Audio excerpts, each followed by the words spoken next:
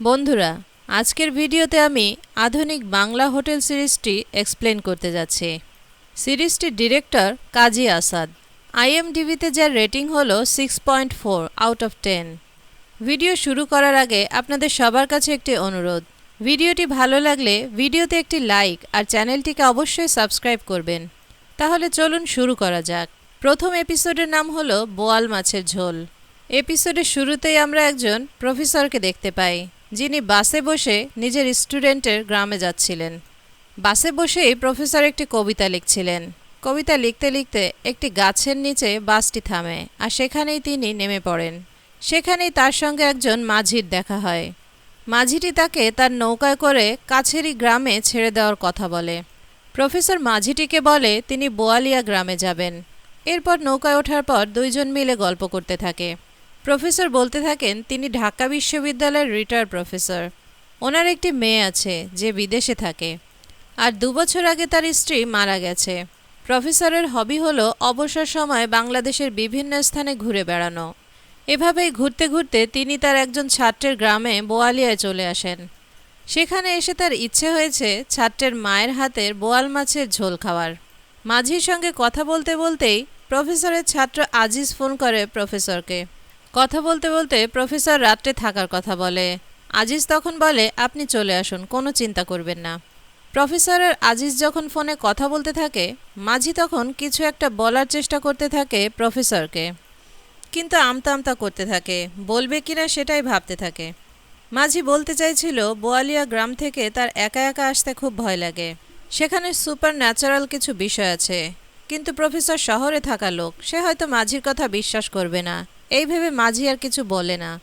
সন্ধ্যা হতে হতে প্রফেসর বোয়ালিয়া গ্রাম পৌঁছে যায়। নদীর পাড়ে নৌকা পৌঁছালেই আজিজ চলে আসে প্রফেসরকে নিতে। আজিজকে দেখে প্রফেসর খুব খুশি হয়ে যায়। মাঝি তখন প্রফেসরকে জিজ্ঞেস করে তিনি কখন ফিরবেন, তাহলে মাঝি তাকে আবার নিতে আসবে। আজিজ তখন তাড়াতাড়ি মাঝিকে বলে তার কোনো দরকার নেই, গ্রামে আরও অনেক মাঝি আছে, যে কেউ প্রফেসরকে পৌঁছে দিতে পারবে।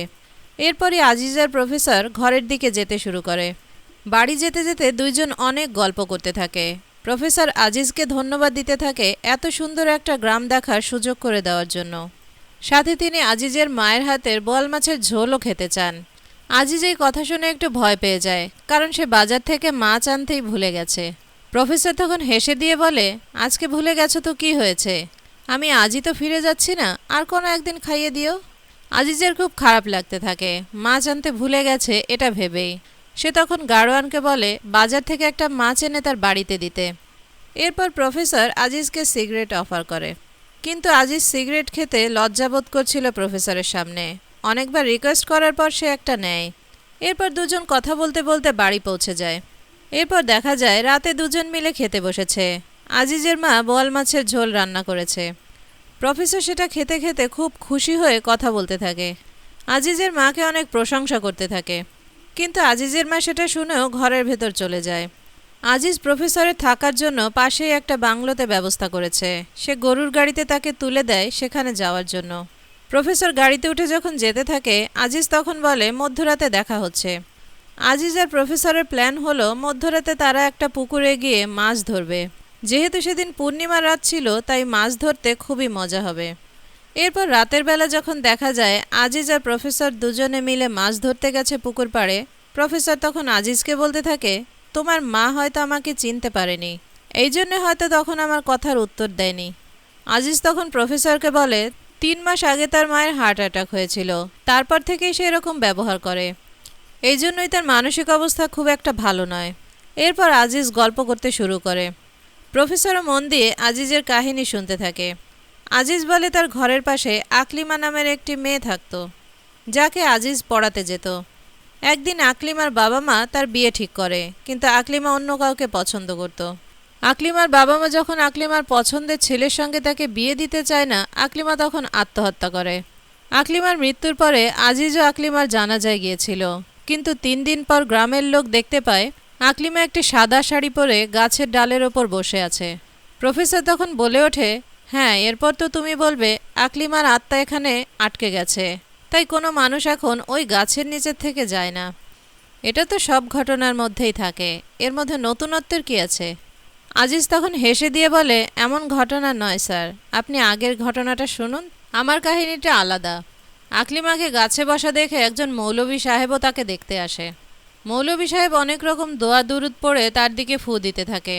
মৌলভী সাহেব ভাবতে থাকে ওটা হয়তো কোনো আত্মা অথবা জিন, কিন্তু জিন ভূত তাড়ানোর প্রক্রিয়া তার উপর কোনোই কাজ করছিল না।